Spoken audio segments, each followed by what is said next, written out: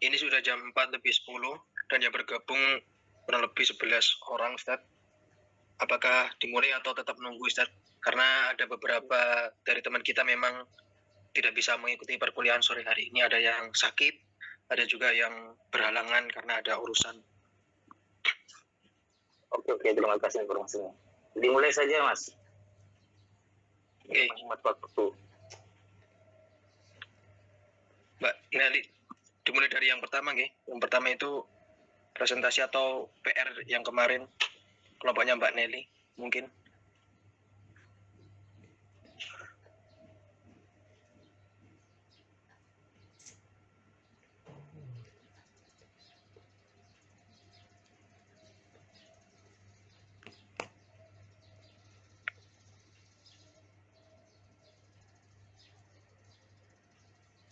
Ya, ini kan kemarin kan pertemuan kemarin ada PR, Ustadz, tentang apa itu namanya materi penelitian hadis, Ustadz. Itu apakah itu dipresentasikan sore hari ini terlebih dahulu atau langsung ke materi selanjutnya, Ustadz? Dipresentasikan hari ini dalam waktu paling lama 15 menit.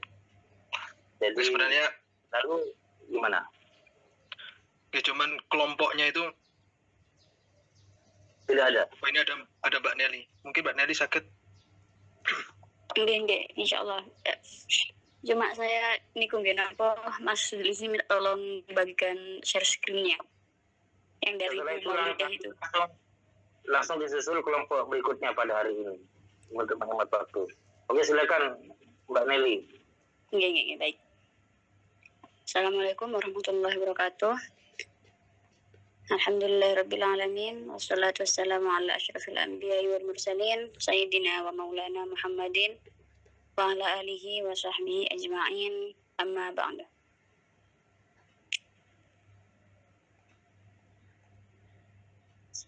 Bentar. Saya coba tayangkan dari sini Maktabah Syamilah ya. Semoga bisa. Soalnya ini ngapunten Ustadz, ini soalnya beda HP sama yang kemarin. Jadi kendalanya di HP yang tiba-tiba kadang keluar sendiri gitu, Ustadz.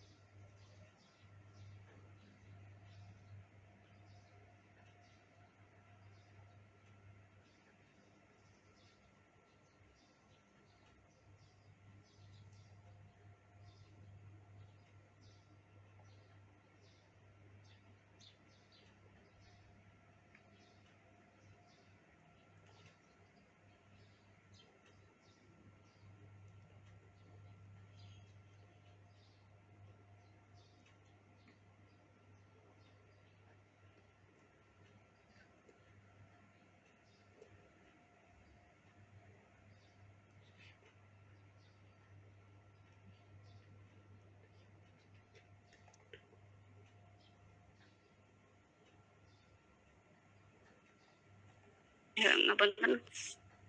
Saya ulangi lagi. Bismillahirrahmanirrahim. Yang kami hormati dosen pengampu Ustadz Muhammad Ali MTHI dan juga kepada teman-teman yang berbahagia. Baik, di sini saya akan melanjutkan presentasi yang kemarin ya. Yang PR kemarin dari Ustadz Muhammad Ali. Jadi sebentar saya tayangkan.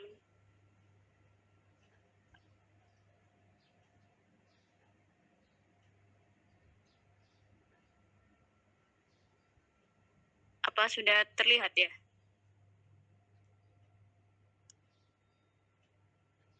Teman-teman, Ya, sudah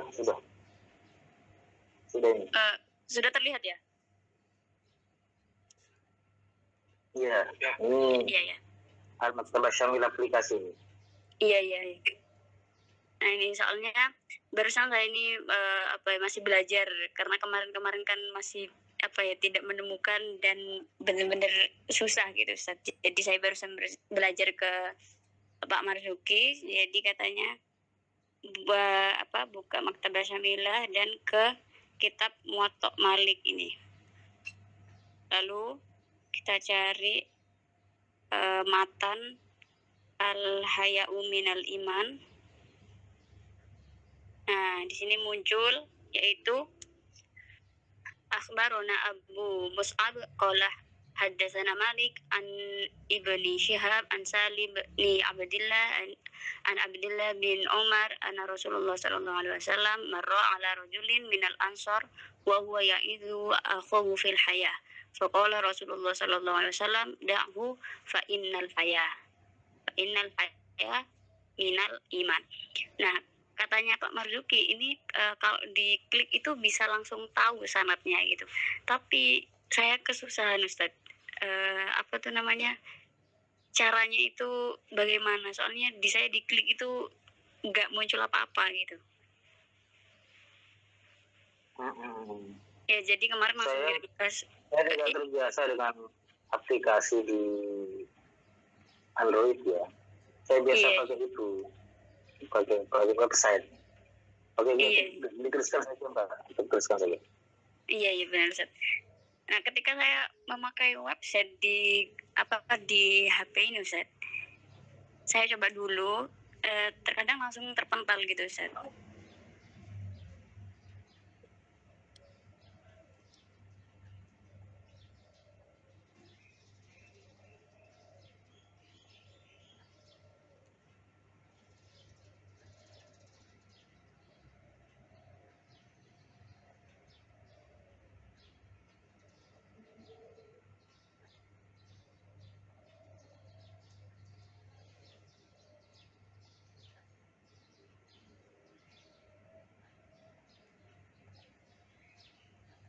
Ustaz, bila diperkenankan atau diizinkan, insya Allah saya tadi udah ngotak-ngatik sedikit, bisa menampilkan apa yang diharapkan Ustaz dari website dan sebagainya. Silakan.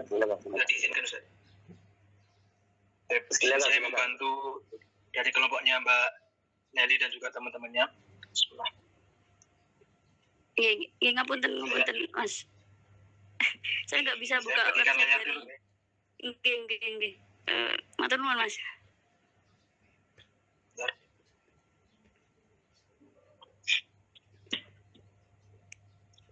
Jadi kemarin itu kelompoknya Mbak Nelly dan juga Mbak Maulida itu melakukan praktek penulisan hadis yang berbunyi Al-Haya'u Minal Iman. Ini matanya adalah Al-Haya'u Minal Iman.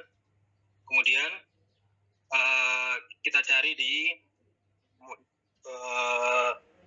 Mu'jam Mufaros menampilkan seperti ini, Al-Haya'u Minal Iman. Ada beberapa kode yang ini merujuk kepada Sahih Bukhari, Kitab Iman, bab nomor 16. Nah, ada banyak sanad. Ada satu sanad, ini satu sanad yang pertama, sanad yang kedua, sanad yang ketiga. Nah, kemarin itu tugas atau PR dari Ustaz Ali itu meneliti, ada beberapa pilihan, meneliti sanad dari Imam Abu Dawud atau dari At-Tirmidzi. Kemarin PR-nya seperti itu. Boleh milih meneliti sanadnya Abu Dawud atau meneliti sanadnya At-Tirmidzi. Ya, sebelum meneliti kita cari dulu atau kita tahrij dulu hadis ini Al-Haya'u Minal Iman ini di kitabnya atau di Sahih atau di Sunan Abu Dawud dan juga Sunan At-Tirmidzi. Di sini dijelaskan atau ada kodenya dal merujuk kepada Sunan Abu Dawud, Kitabus Sunnah bab nomor 14. At-Tirmidzi, Sunan At-Tirmidzi, Kitab Birru, kebaikan, bab nomor 56. Ya. Kita bisa nyarinya di Maktabah Syamilah bisa, atau kita bisa nyarinya di web juga bisa. Misalnya kita cari di web ya, kita nyari yang Abu Dawud di web seperti Mbak Siti Ayuni Nazila di web Islam web ya.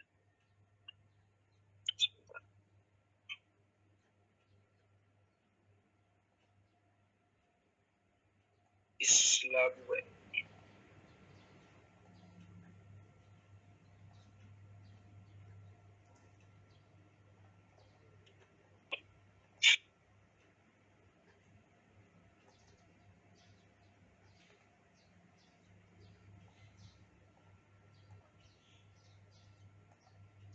Nah, di sini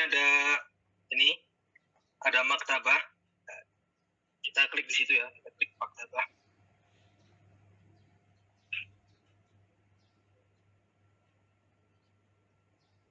Nah, kita klik maktabah, habis itu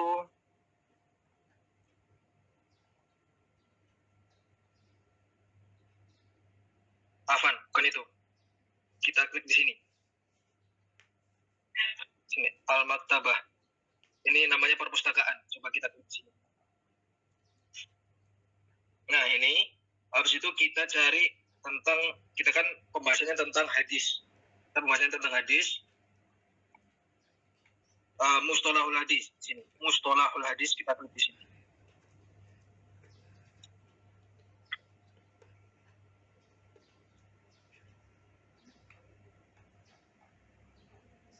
Kemudian kita cari di sini kalimatul bahas. Kita cari di situ. Misalnya kita cari al-haya'u minal iman. Al-haya'u minal iman.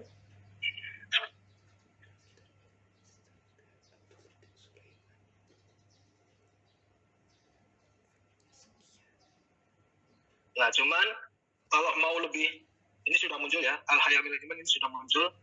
Ada yang di sini Muraqatul Mafati, ada Umdatul Qari, Qayatul Qadir, Ihfidul Qadir. Kita mau nyarinya di tadi Sunan Abu Dawud. Ini kita cari atau kita khususkan di Sunan Abu Dawud. Menurutnya sih ini website apa ini Mas? Maktabah Islam Syamilah web, Ustaz. Islam berarti. Islam Islam web, Ustaz. Iya, silakan teruskan.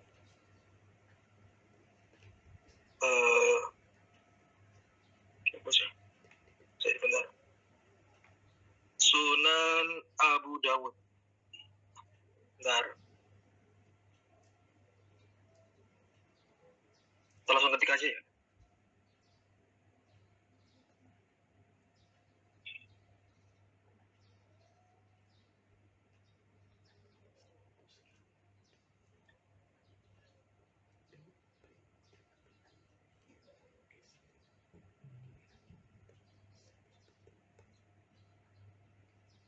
Nih, Sunan Abu Dawud. Kita tadi kan mau mentakhris di sini, Sunan Abu Dawud. Ya. Kok muncul?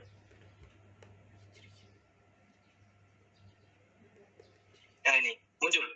Sunan Abu Dawud ada 2 hadis. Yang pertama sanadnya dari yang pertama ini hadis yang pertama atau sanad yang pertama, dia Abu Dawud dapat dari Kok Nabi dari Malik dari Ibnu Syihab dari Salim bin Abdullah dari Ibnu Umar.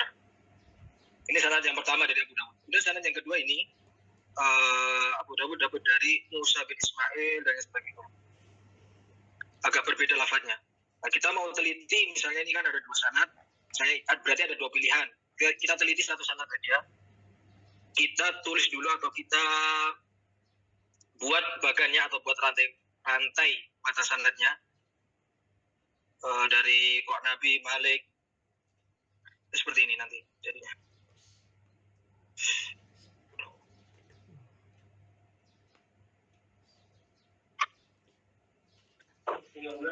Assalamualaikum. Jadi sudah saya buat ini di samping ini ada matan kan, ya ada ini itu. Ada mata rantai sanad. Di sini ada Abu Dawud.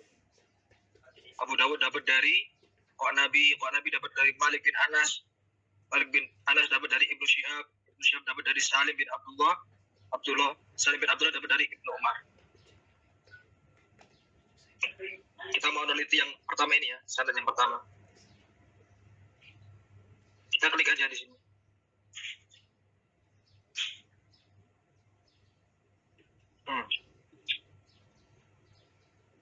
Kelihatan nggak?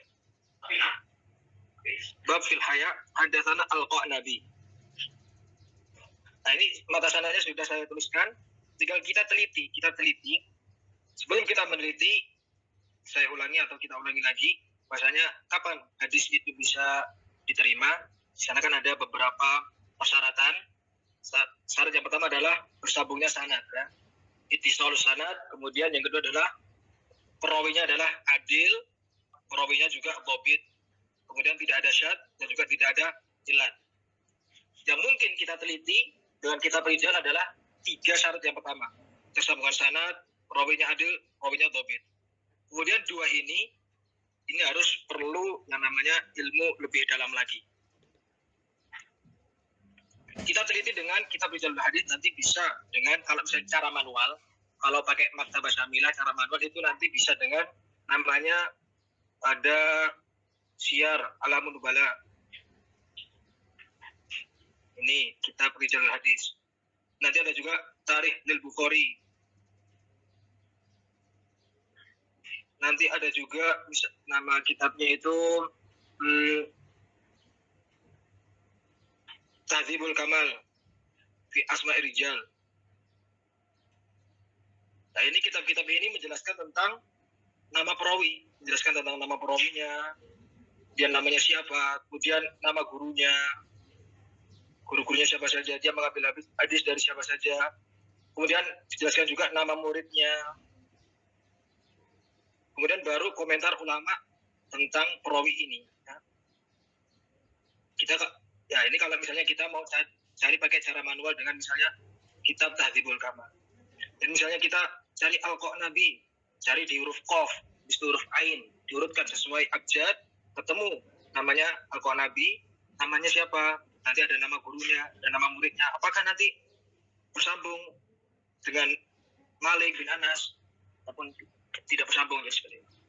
Itu kalau misalnya pakai cara manual. Tapi kalau pakai aplikasi, pakai website ini tinggal diklik bisa.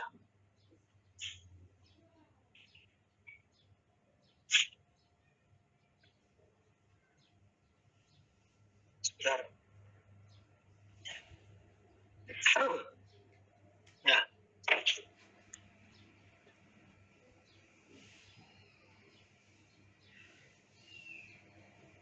Dengan hadatsana Al-Qanabi an Malik an Syihab. Nah, kita cek apakah Qanabi ini nanti bersambung dengan Malik, apakah Malik ini bersambung dengan Syihab, apakah Syihab ini bersambung dengan Salim bin Abdullah.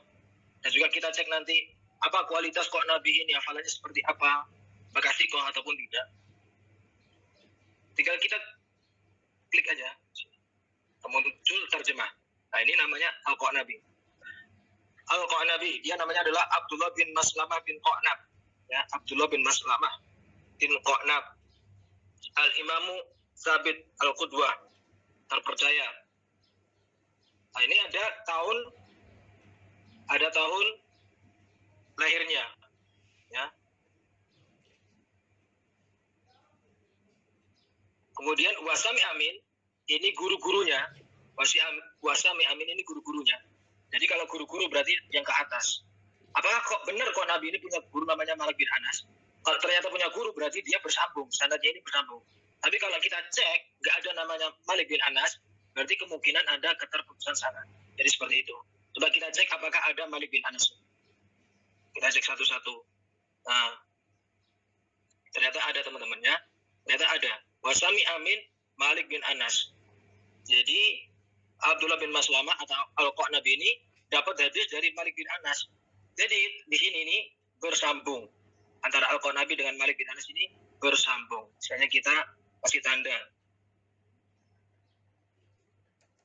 tahun lahir wafat antara Malik bin Anas dengan Al-Qanabi gimana? Masuk akal? Mungkin bisa kita cara-cara tulis kan? Bisa kita cara-cara tulis. Iya. Jadi kalau misalnya, jadi ini Al-Qanabi maulud dilahirkan ba'da sanah salatina wa mi'ah biasir. Apa ini Ustaz? Salatina wa mi'ah 300 atau berapa Ustaz? Yang mana? Yang mana? Berapa Ustaz? Mauliduhu ba'da sanati salatin. Setelah tahun 130 di kota Yasir. 130 Hijriah. Kita coret-coret dulu. 130 Hijriah. Ini wafatnya ya? Lahirnya. Iya, Maulid. Lahirnya tahun 130 Hijriah. Tapi sebenarnya sudah bisa langsung ketahuan Ustaz, karena kan di sini ada gurunya Malik bin Anas, berarti kan otomatis tersambung gitu Ustaz. Atau perlu juga kita meneliti lahirnya juga? Iya. Jadi tahun wafat ya salah satu antara tahun wafat atau tahun lahir masing-masing dari guru dan murid. Jika misalnya Al-Qanabi yang lahir pada tahun 130 ini, kemudian tahun wafat gurunya berdekatan, walaupun tidak perlu misalnya tidak ada tahun lahir Malik bin Anas sebagai gurunya, tetapi telah diketahui tahun wafat Malik bin Anas itu tidak jauh dari tahun lahir siapa? Al-Qanabi. Kita tulis dulu ya. Oke. Memang lebih afdolnya masing-masing dua orang itu tahun wafat ada, tahun lahir ada, baru kita analisis. Oke, direng-reng dulu, dicatat dulu. Oke, kita orat-orat dulu. Untuk tahun lahirnya ada 130 Hijriah. Tapi di keterangan berikutnya adalah dia ternyata berguru dengan Malik. Artinya di sini ada ketersambungan sanad ya. Ada indikasi ketersambungan sanad. Wa anhu, bawahnya ini, wa anhu. Ini murid-muridnya Pak Nabi ini ada Bukhari, ada Muslim, ada Abu Dawud. Ya, ada Abu Dawud. Berarti ini ke bawah itu namanya, ke bawah ini juga bersambung ya, juga bersambung. Kok Nabi dengan Abu Dawud juga bersambung.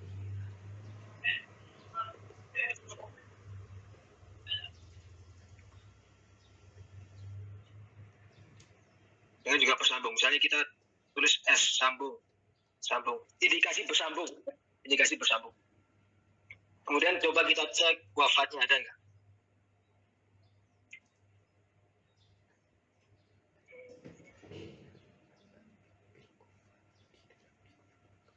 Oh ini komentar ulama. Kita masuk ke komentar ulama. Wa qala Abu Hatim thiqah hujjah lam ara akhsha minhu. Abu Hatim mengatakan bahwasanya Al-Qanabi itu thiqah hujjah, bisa dipercaya. Lam ara akhsha minhu. Aku tidak melihat yang lebih khusyuk darinya. Artinya direkomendasikan. Artinya Al-Qanabi diterima. Ya. Kredibilitasnya Al-Qanabi ini diterima. Bagus, ya, diterima. Ini komentar ulama. Begini, Mas Luzi, itu untuk menghemat waktu ya. Begini, jadi salah perbedaan antara Imam Bukhari dan Imam Muslim metodenya. Kalau Imam Bukhari itu mensyaratkan telah terjadi pertemuan secara langsung antara guru dan murid ya. Nah, itu sangat ketat itu. Kalau Imam Muslim ada indikasi pertemuan guru dan murid itu hanya cukup dengan salah satunya hanya cukup dengan sezaman rasionalisasi antara tahun lahir dan tahun wafat masing-masing. Jadi Rizi jangan pergi jauh dulu, coba ditemukan tahun wafat dari Malik bin Anas. Dan tadi Al-Qanabi sudah tahun 130 ya. Sekarang Malik bin Anas. Ya. Tahun lahirnya kalau ada, tahun wafatnya dua-duanya lebih lengkap, bagus itu. Itu apa? Gitu. Sebenarnya tadi saya scroll ke bawah ini mau nyari tahun wafatnya Al-Qanabi ini belum ketemu. Itu ya. Jadi Budi dan teman-teman semuanya, setelah berhasil diketahui, diperoleh data tahun lahir dan tahun wafat, baru kemudian secara berurutan prosedural, baru kemudian meneliti komentar para ulama, apakah ia siko, apakah ia jujur, apakah ia berdusta, dan sebagainya. Nanti dulu itu, yang penting data lahir itu penting gitu. Kalau saya nganggapnya ini kan mumpung dinyari di kok Nabi, jadi sekali dayung 2 pulau terlampaui gitu. Oh, gitu. Iya. Sebenarnya nanti kan balik lagi ke kok Nabi lagi, kita buka lagi ke kok Nabi lagi, nyari komentar ulama tentang kok Nabi lagi gitu. Kalau saya langsung gitu. Oke. Kemudian kita cari Malik bin Anas nih. Malik Imam. Ini Malik di sini adalah sahibul Muwatta atau pemilik Muwatta atau Imam Malik yang menjadi madhab Maliki. Wa Syekhul Islam Hujjatul Ummah, Imam Darul Hijrah Abu Abdullah Malik bin Anas.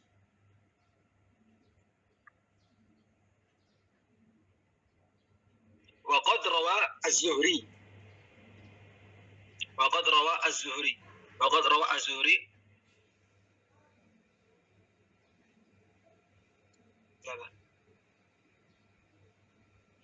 Ini kita nemu tahun lahirnya Imam Malik.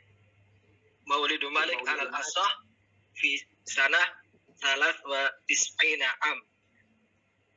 Berapa itu? 93. 93 saja. Ya, wafatnya. Malik bin Anas lahirnya Ustaz. Iya, itu lahirnya. Tahun wafatnya ada? Ya, lahirnya. Sebentar Ustaz. Ini Malik bin Anas lahir 93 Hijriah. Coba kita cari wafatnya.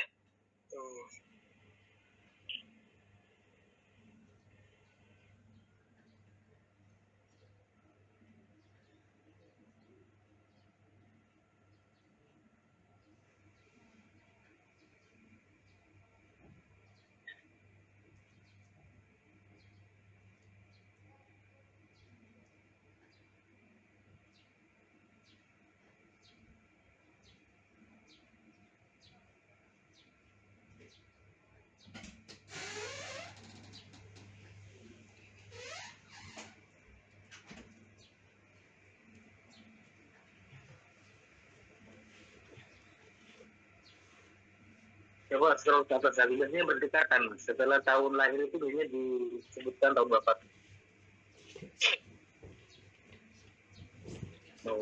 Malik bin Anas 93 seperti wafatnya Anas pelayan Rasulullah. Kata-kata tuwufiya jadi atau sanad wafat di ini nama-nama ini ya.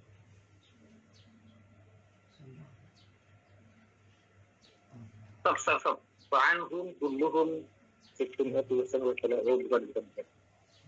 Tadi susah.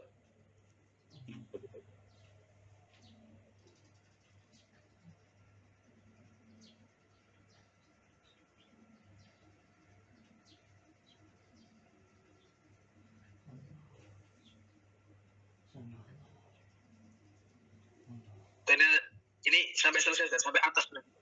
Atau yang penting modelnya seperti ini, Ustaz. Lah ya, ini hanya contoh saja.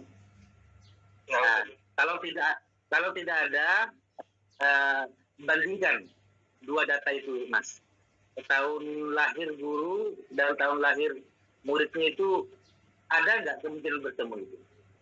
Gurunya ada, Ustaz. Soalnya ini 93, ini lahir 93, ini 130. Kemungkinan ketemu ada.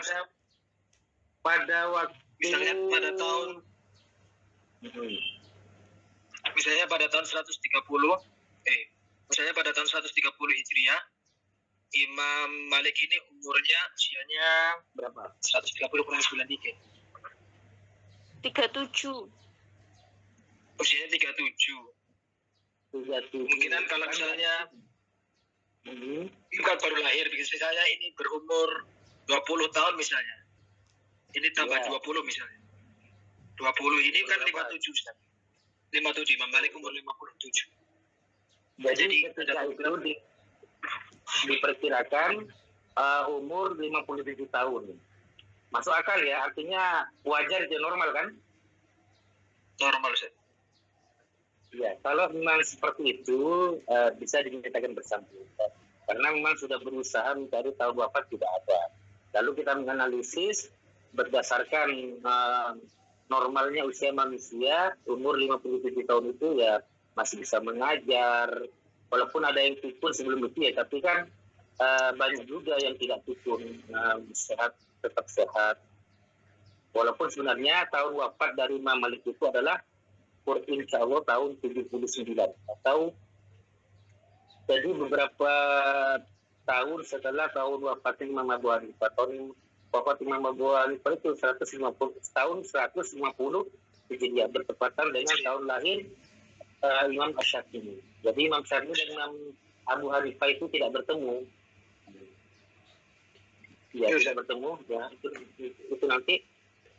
Jadi kembali kepada itu tadi, meskipun kita tidak berhasil mencari tahu wafat Imam Malik bin Anas, berdasarkan analisis telah terjadi pertemuan.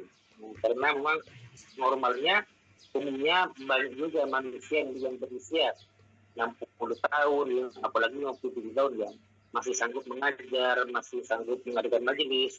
Maka berdasarkan itu telah terjadi pertemuan. Itu penting itu Mas ya, teman-teman semuanya. Penting itu ya. Oke, kita nyatakan bersambung gitu. Ya, jadi Gimana kalau yang ini bersambung. Sebentar, gimana kalau untuk isi? Oh, tidak hanya untuk isi ya, semuanya kita jangan hanya bermodal pada satu website ini. Ini kan website Islamnet ya. Gimana kalau kita meninjau dari website Maktabah Syamilah misalnya? Sebenarnya ada ini yang terkenal Malik bin Anas, Imam Mazhab.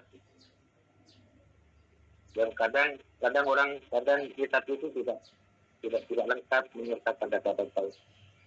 Oke, nyatakan bersambung. Baik teman-teman semuanya, untuk menghemat waktu, karena ini sudah sebelumnya kita apresiasi kepada kebersediaan Bu Izzi ya membantu kita. Bagaimana sih cara pengerjaan tahlil hadis sampai detil biografi ini? Saya kira cukupkan ya. Sampai itu Naila paham tidak dengan yang diterangkan oleh Bu Izzi? Iya, alhamdulillah paham Ustadz. Cuma kendala cara menjelaskan itu Ustadz. Cara menjelaskan ini. Tapi prosedur pencariannya paham ya? Alhamdulillah paham Ustadz. Ya, alhamdulillah. Yang seperti itu. Jadi tadi meskipun Bu Izzi tadi mengatakan di bawahnya ada penilaian para ulama, ada catatan dari ulama lain bahwa Al-Qanabi itu memang benar muridnya Malik bin Anas, kemudian dia punya murid Abu Daud misalnya, itu masih sekunder dulu. Yang jadi teman-teman yang harus dipahami, pertama untuk memastikan ketersambungan guru dan murid, data lahir dan data wafat. Setelah itu klop ketemu, baru kemudian kita beranjak ke prosedur berikutnya, penilaian atau komentar para ulama atau pengakuan para ulama bahwa itu adalah gurunya. Ya apa data-data yang dari Maktabah Syamilah, mana lagi data dari Islam Web, yaitu maksudnya pernyataan para ulama itu adalah muridnya atau gurunya. Itu penting, tapi itu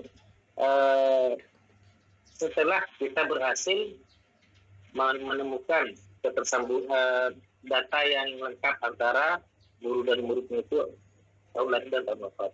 Jika tidak ada, maka percuma. Misalnya tadi Ibu mengatakan, di bawah itu ada pernyataan, ada testimoni, ada catatan para ulama lain bahwa itu adalah gurunya. Lalu tetap tidak diketemukan tahun lahir dan tahun wafat. Percuma. Maka bisa dikatakan tidak bersambung. Nah ini teman-teman semuanya, ini mengapa kita detail lengkap seperti ini karena kita sedang studi ya, sedang dalam penelitian. Bagi untuk kepentingan praktis, kepentingan pragmatis sepertinya ketika dibutuhkan pada hari itu untuk menyampaikan ceramah misalnya, ya nggak perlu detail seperti ini, hanya cukup melihat itu muridnya Malik Anas itu ada apa disampaikan. Tapi untuk kepentingan studi penelitian atau tesis atau apa itu ruang-ruang penelitian ilmiah, maka wajib seperti ini lakukan. Bisa dipahami teman-teman ya, terutama Nelia ya. Iya, Ustaz. Oke, kita sampaikan terima kasih ke divisi yang telah membantu kita semuanya. Selanjutnya untuk menghemat waktu, ya dipersilakan kepada siapa itu? Kelompok berikutnya, atas nama siapa ini? Haniatus Sofia, Khairul Anam, Saiful Absor. Oke, silakan. Hadis tentang itu basana itu.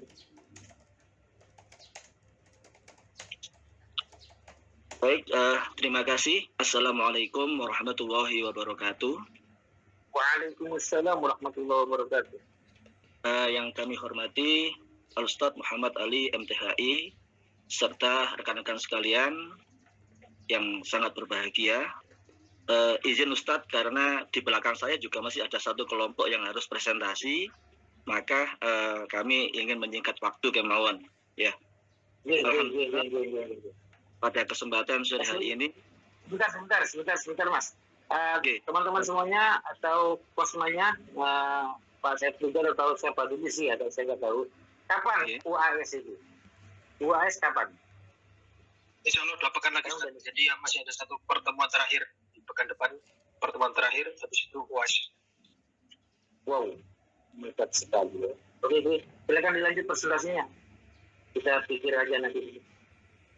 Oke, insya Allah pada sore hari ini kelompok kami yang terdiri dari Ibu Haniatus Sofia, Mas Khairul Anam, dan saya sendiri, Saiful Absor, akan mempresentasikan tentang teknis iktibar sanad. Selanjutnya akan disampaikan oleh rekan kami, Ibu Haniatus Sofia. Monggo, Ibu Haniatus Sofia.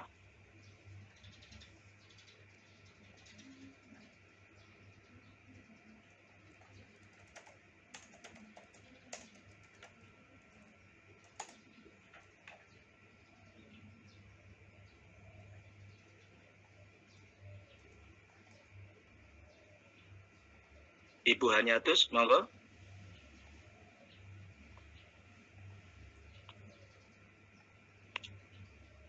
Baik, sambil menunggu Ibu Haniatus yang mungkin belum respect, saya akan membacakan ya sedikit istilah pengertian dari iktibar sanad. Secara bahasa atau etimologi, iktibar berasal dari masdar kata iktibaroh yang berarti memperhatikan atau meninjau dengan maksud mengetahui adanya sesuatu yang sejenis. Secara istilah atau terminologi, iktibar adalah huwa tattabi'u turuku hadisin infarad biriwayatihi rawin liya'rifa hal syarikuhu fi riwayatihi ghairuhu awlah. Penelusuran jalur-jalur hadis yang diriwayatkan oleh seorang perawi untuk mengetahui apakah ada rawi lain yang bersamanya atau tidak. Dalam kitab Mabahi fi Ulumil Hadis, As-Syekh Man Al-Qatan mendefinisikan al-i'tibaru wa mutaba'atun turukil hadis liyu'rafa hal lahu mutaba'atun aw syawahid. I'tibar adalah menelusuri seluruh jalur periwayatan semua hadis untuk melihat apakah rawi memiliki mutaba'at, penguat rawi dari matan hadis yang sama melalui jalur lain, atau apakah juga memiliki syawahid, riwayat penguat dari sahabat lain.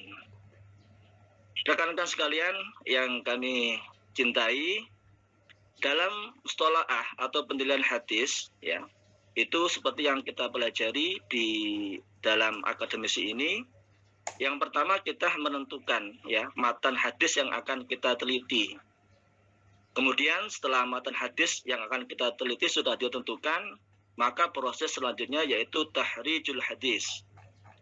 Tahrijul hadis ini ada beberapa metode. Ya, di antaranya yang pertama adalah tahrij bil lafadz, yaitu tahrijul hadis dengan berdasarkan lafadz hadis. Nah, ini kita bisa menggunakan kutubut tis'ah, termasuk yang sering kita pakai yaitu Mu'jam al-Mufarros, juga Jami'us Shaghir. Kemudian yang kedua, metode tahrij hadis, yaitu bil maudhu, berdasarkan tematik. Nah, ini biasanya kitab yang dipakai adalah Bulughul Maram, Riyadhus Shalihin, dan kitab-kitab tema hadis yang lainnya. Yang ketiga, tahrij bi al-sanad atau rawi.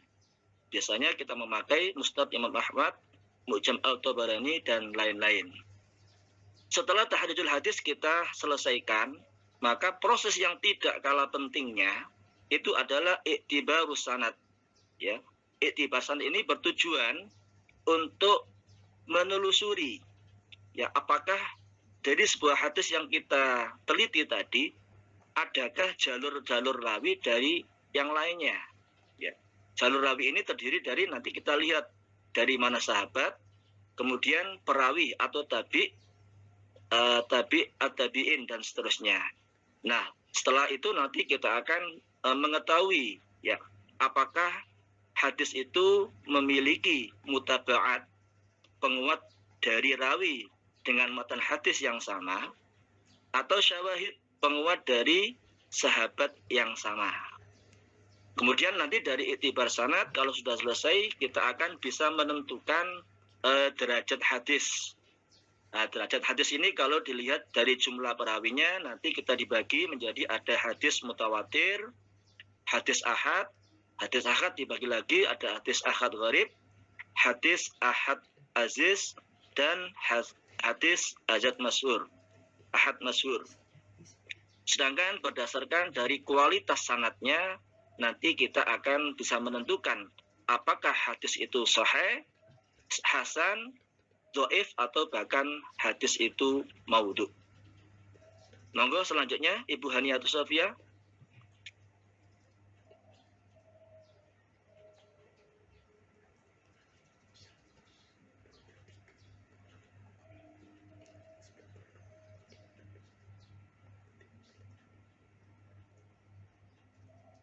Belum bergabung ya? Baik, singkat saja karena kita beberapa minggu ini sudah praktek tahrij hadis ya.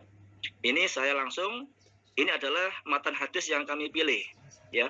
Sebuah hadis yang berbunyi raqatul fajri khairun minad dunya wa ma fiha, yang artinya dua rakaat salat fajar atau qobliyah subuh lebih baik dari dunia dan seisinya.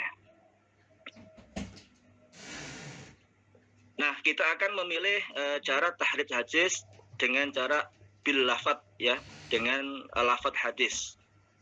Kita akan menggunakan kitab Mu'jam al-Mufarros di Alfadz al-Hadis an-Nabawi. Langsung saja kita poin, kita menggunakan kata kunci ya, ambil dari al-fajri, di mana al-fajri itu terdiri dari fa, jim, dan ro. Nanti di indeks kitab Mu'jam ya, huruf fa itu ada di jilid 7 ya, kalau kita punya Mu'jam per jilid, atau kalau dalam Mu'jam yang lengkap itu kita bisa melihat di inisialnya yaitu huruf fa ya. Langsung ya, karena kita sudah biasa, kita temukan dalam kitab Mu'jam ya, itu seperti yang tertampil di layar. Raqatul fajri itu terdapat dalam kitab Bukhari. Kha itu Sahih Bukhari ya, bab tentang tahajud halaman 10. Kemudian ada juga dalam Mim Imam Muslim dalam bab musyafirin halaman 92. Sedangkan kemudian ada juga dalam Imam Abu Dawud Natawa halaman 26. Ada juga dalam An-Nasa'i bab sholat halaman 19, juga dalam kitab Muwatta Imam Malik bab sholatul lail halaman 32, dan ada juga dalam Musnad Imam Ahmad bab 1 halaman 283, bab 2 halaman 82, bab 6 halaman 29. Nah, berdasarkan indeks tadi, selanjutnya kita cari dalam kitab induknya. Nah, Bapak dosen, saudari dan rekan-rekan sekalian, kami kemarin sudah mencari ya dari 5 indeks tadi ya. Kita cari di kitab induknya. Ternyata tidak berhasil kami temukan ya. Tidak ditemukan redaksi hadis yang sesuai dengan yang kami cari, baik dalam kitab Sahih Bukhari ya, maupun dalam Sunan Abi Dawud, Musnad Imam Ahmad, dan kitab Muwatta Imam Malik. Kita tidak berhasil menemukan hadis, redaksi hadis yang persis seperti itu. Nanti ada yang mirip-mirip cuman berbeda ya. Nanti akan kami lampirkan. Kita langsung saja ya.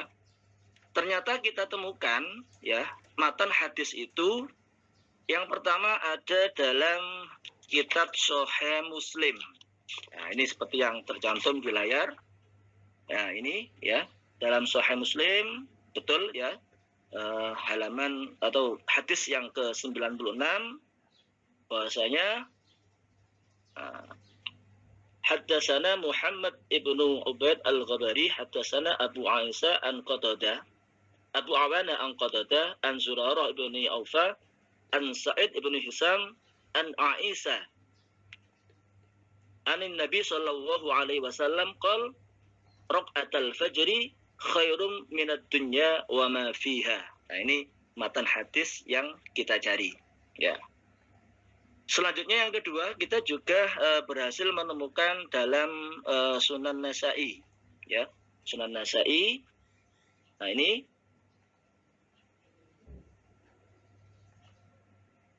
hadis ini berbunyi akhbarna Harun ibnu Ishaq qala haddatsana Abdah an Sa'id an Qatadah an Zurarah bin Aufa an Sa'id bin Hisam an Aisyah anin Nabi sallallahu alaihi wasallam qala raq'atul fajri khairum minad dunya wa ma fiha. Ya, ini ditemukan. Dan yang ketiga ya, meskipun dalam kitab Mu'jam tidak ditemukan ya atau tidak tercantumkan ya, ternyata kita juga menemukan matan hadis ini dalam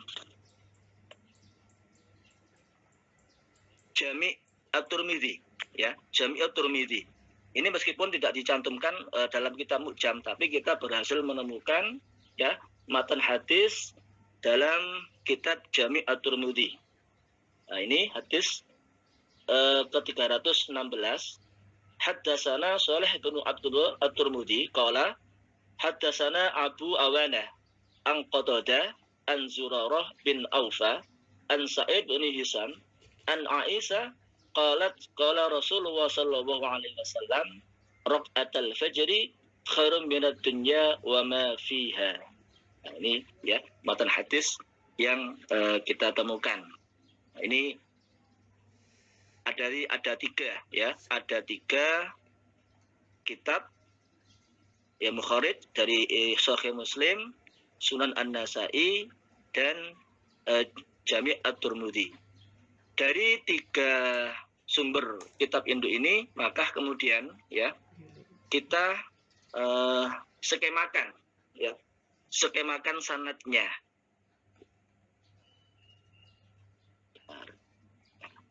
Kita skemakan sanadnya ya. Rekan-rekan bisa lihat di samping kanan ini adalah redaksi hadis yang kita temukan tadi. Yang pertama dalam Sahih Muslim, kemudian yang kedua Sunan An-Nasa'i, yang ketiga dalam Jami' At-Tirmidzi. Nah, ini adalah pohon sanad yang kita bikin sesuai dengan matan. Nah, kita lihat ya, kalau dalam skema sanad ini kita bacanya dari bawah ya. Misalnya di sini Muslim ya. Saya urut dari sini sisi kiri Muslim. Jangan bisa menyamakan dengan sisi kanan ya Sahih Muslim. Nah, ini membacanya dalam Sahih Muslim ini haddatsana Muhammad bin Ubaid Al-Ghabari, haddatsana Abu Awana an Qatadah an Zurarah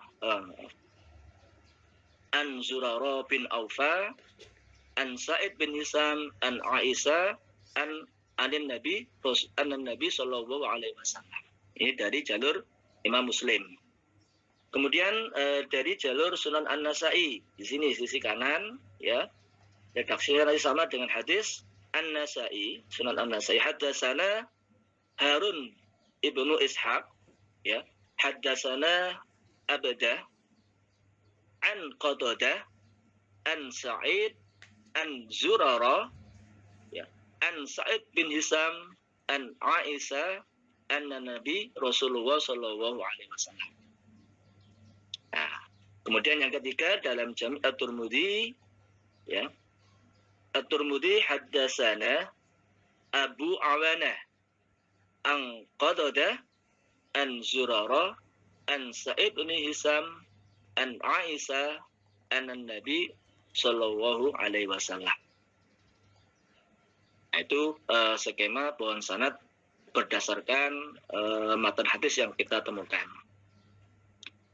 Nah, seperti yang tadi disinggung oleh rekan kita Abdul Izzi ya, dan yang disampaikan oleh Ustadz Muhammad Ali bahwasanya untuk meneruskan ya tentang meneliti hadis ya, maka tidak kalah pentingnya adalah kita harus mengetahui biografi dari perawi ya, biodata ya. Siapa sih perawi-perawi itu? Sebenarnya banyak kitab ya jalur hadis yang menerangkan tentang nama-nama perawi dalam hadis ya. Mungkin diantaranya ada kitab Tahdhibul Kamal li Asma'i Rijal ya, karangan Al-Mizzi, atau yang seperti yang kami pakai ini yaitu kitab Taqrib At-Tahdhib yang ditulis oleh Imam Ibnu Hajar Al-Asqalani. Beliau lahir tahun 773 Hijriah dan wafat pada 852 Hijriah. Kitab ini kami pilih karena lebih ringkas ya, lebih simpel, lebih mudah ya. Dan kebetulan memang kami agak gaptek ya Ustadz. Jadi saya pilih yang lebih mudah-mudah gitu. Nah, kita lihat di sini ada beberapa biografi singkat ya, biografi singkat dari berdasarkan kitab Taqrib At-Tahdhib ya. Di sini dimulai dari An Aisyah, beliau bergelar Ummul Mukminin ya, kunyahnya Ummu Abdullah. Beliau tinggal di Madinah ya. At-Tabaqah itu generasi periwayatan ya. Beliau termasuk generasi periwayatan nomor 1 ya. Berarti beliau adalah sahabat ya, golongan sahabat. Kemudian wafatu 57 Hijriah. Itu Sayyidah Aisyah radhiyallahu anha. Kemudian Sa'id ibn Hisam ya. Nama lengkapnya Sa'id bin Hisam bin Amir Al-Ansari. Beliau tinggal di Madinah dan meninggal di Busra. Ya. Nah, dalam Tabaq ini yang kemarin saya agak sanksi ya. Nanti mungkin kita bisa telah bareng-bareng dibantu rekan-rekan ya. Tabaq dalam kitab Taqrib At-Tahdhib, beliau ini termasuk generasi ketiga ya. Dan wafatnya ini ada beberapa khilafiyah ya. Ada yang mengatakan 2 Hijriah, ada yang mengatakan 80 Hijriah, ada yang mengatakan 111 Hijriah. Nah, ini saya tidak berani menulisnya ya. Ini agar teman-teman tahu aja, ini sedikit periwayatannya. Kemudian seterusnya adalah Zurarah bin Aufah. ya. Zurarah bin Aufa nama lengkapnya ya Zurarah bin Aufa Al-Harsyi. Beliau punya nama kunyah atau panggilan yaitu Abu Hajib. Beliau tinggal di Busrah, ya. Tobakonya generasinya adalah generasi ketiga, berarti tabi'in, ya. Wafatnya 93 Hijriah. Nah, kita geser ke bawah, ada Sa'id, ya. Nama lengkapnya Sa'id bin Abi Arubah. Nama kunyahnya Abu Nador. Beliau juga tinggal di Busra. Tobaknya generasi ke-6. Wafatnya 158 Hijriah. Ya. Kemudian ada Qatadah. Qatadah ini ada dua nama yang sama, ya. Qatadah bin Di'amah. Kunyahnya Abdul Khattab. Beliau juga tinggal di Busra. Tobaknya generasi keempat. Wafatnya tahun 60 Hijriah. Ya, ini juga ada Abdah bin Sulaiman Al-Kalali. Nama kunyahnya Abu Muhammad. Beliau tinggal di Kufah. Dan dalam generasi periwayatan, beliau dalam generasi yang ke-8. Lahir pada 120 Hijriah, wafatnya 187 Hijriah. Di bawahnya kemudian ada Harun bin Ishaq, ya, namanya Harun bin Ishaq Al-Hamdani. Nama kunyahnya Abu Al-Qasim. Beliau tinggal di Kufah, generasi ke-10. Lahir pada 194 Hijriah, wafatnya 258 Hijriah.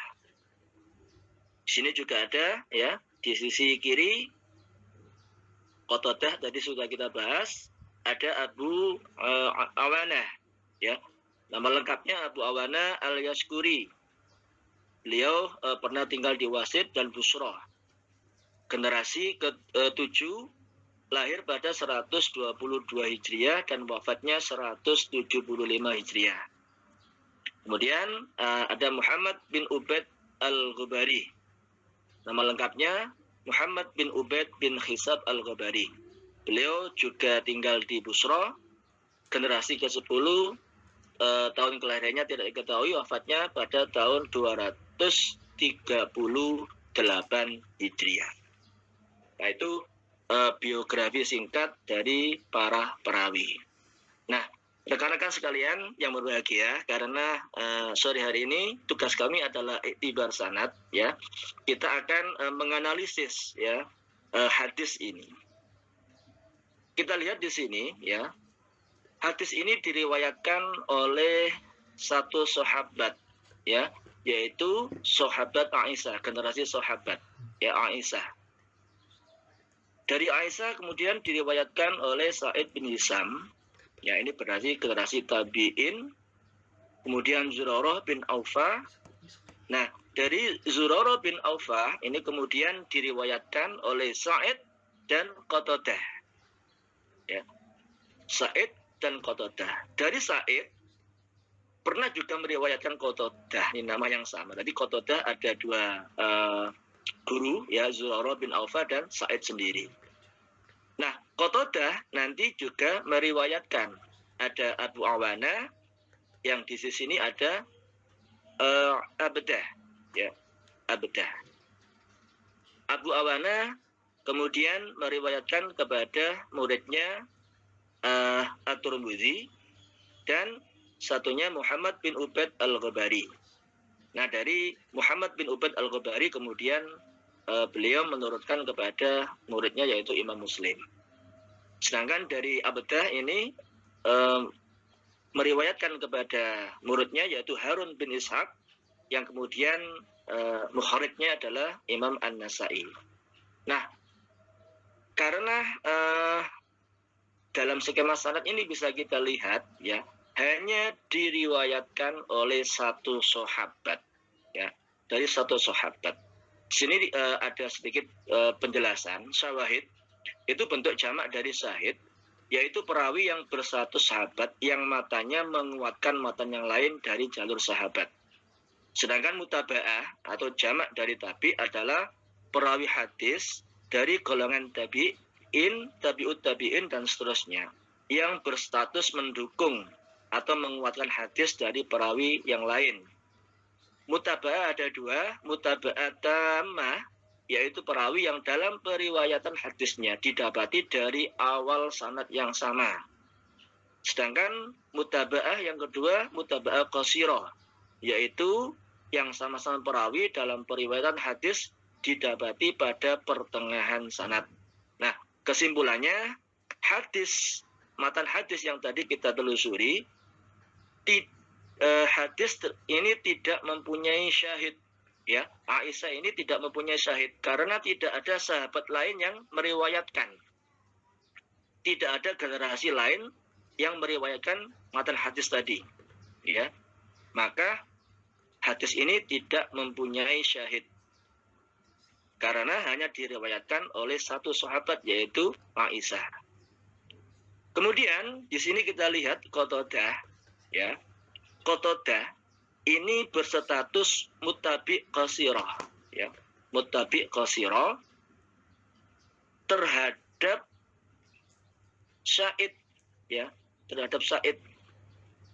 Dia adalah penguat dari riwayat Sa'id yang menguatkan, ya, menguatkan riwayat Sa'id dari gurunya Zurarah bin Aufah, ya, Zurarah bin Aufah.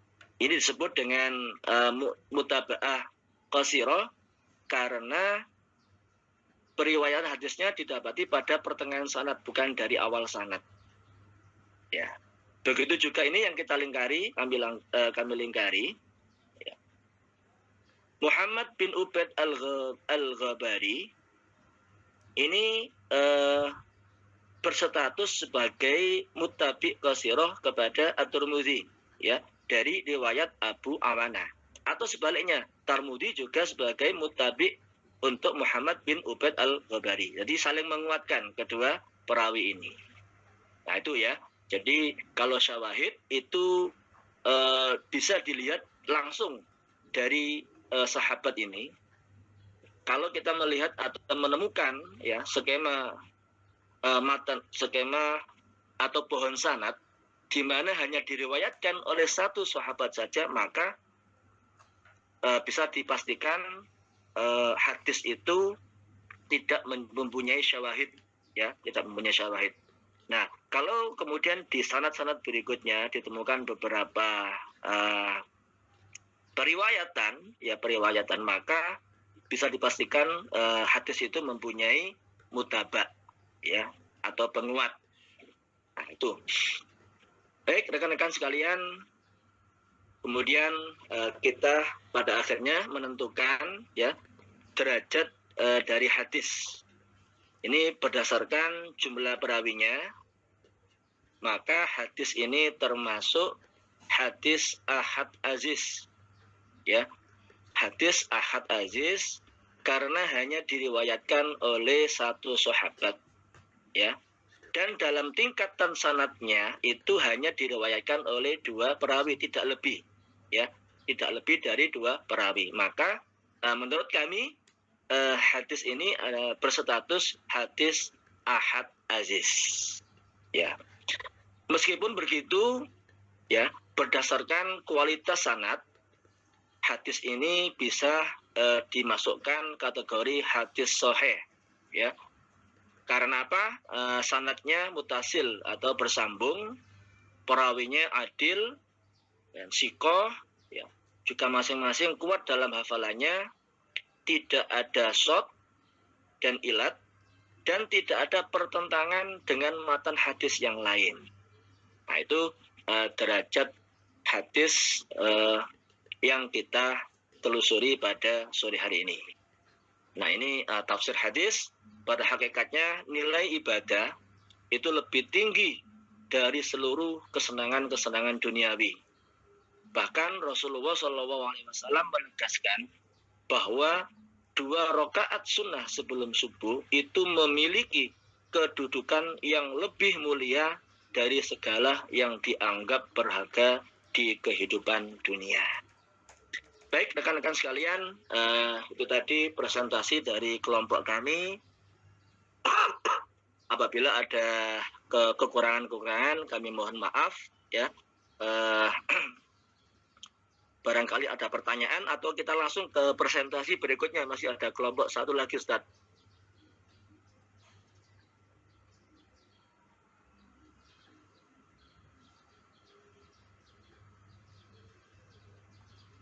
Monggo mungkin pripun kelompok berikutnya. Nah, nanti kita akan diskusi bareng-bareng setelah kelompok berikutnya sampun presentasi. Oke.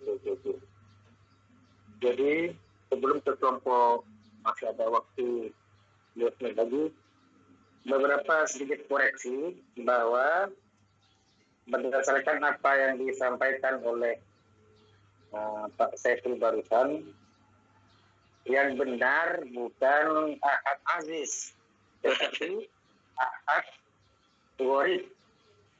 Ahad Gharib, Ustaz. Kenapa? Iya. Oh. Kenapa alasannya? Karena hanya satu orang di tingkatan sahabat. Oh, ini Ustaz nggih.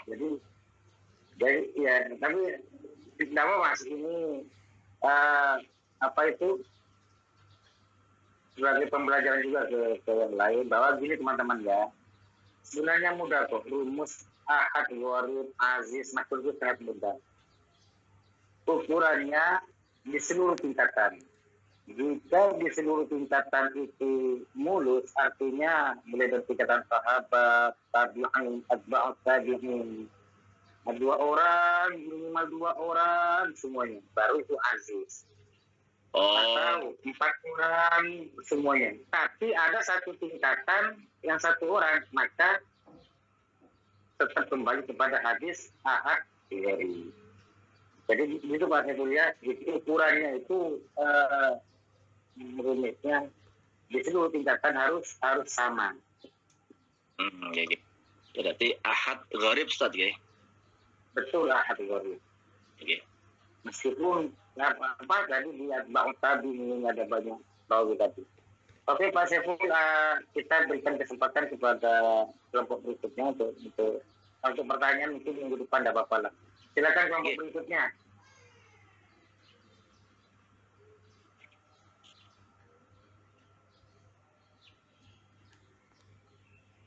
Baik, terima kasih atas kesempatannya.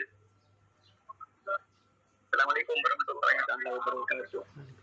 Waalaikumsalam Muhammad Anwar. Ini kami akan memperkenalkan kami penelitian hadir. Sebenarnya kami ini ada suara terganggu itu Mas. Halo. Baik.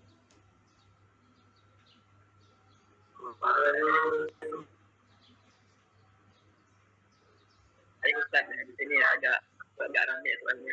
Maaf. Jadi di sini itu kami terdiri dari 2 orang, 2 kelompok. Pertama saya sendiri dan juga akan saya, yaitu Adinda Putri. Ini kami akan mempraktikkan aktivitas menggunakan salah satu kitab yaitu Bulughul Maram. Adapun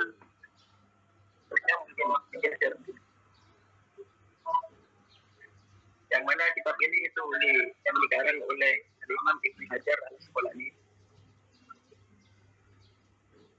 Geser Pak.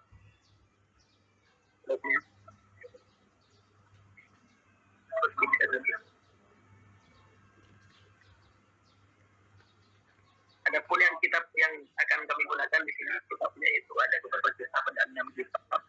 Ada Tauhid Bukhari, ada Musnad Imam Ahmad bin Hanbal, ada Sunan Abu Dawud, Bulughul Maram juga, dan juga kitab-kitab yang lain.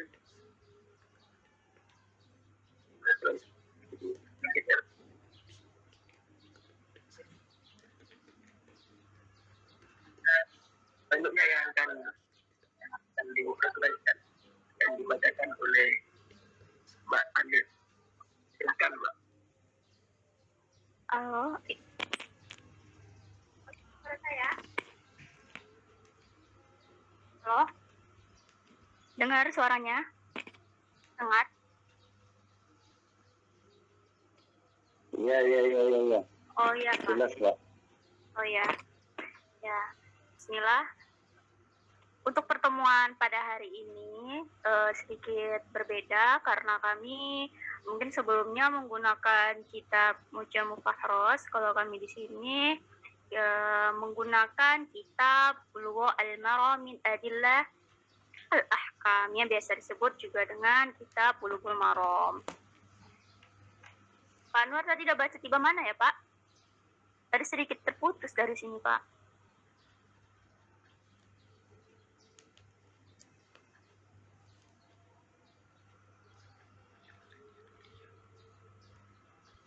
Masih di kitab barusan, di kitab-kitab yang Pak Anwar. Ya, kedengeran ya, Mbak. Barusan masih di kitab-kitab yang disebutkan.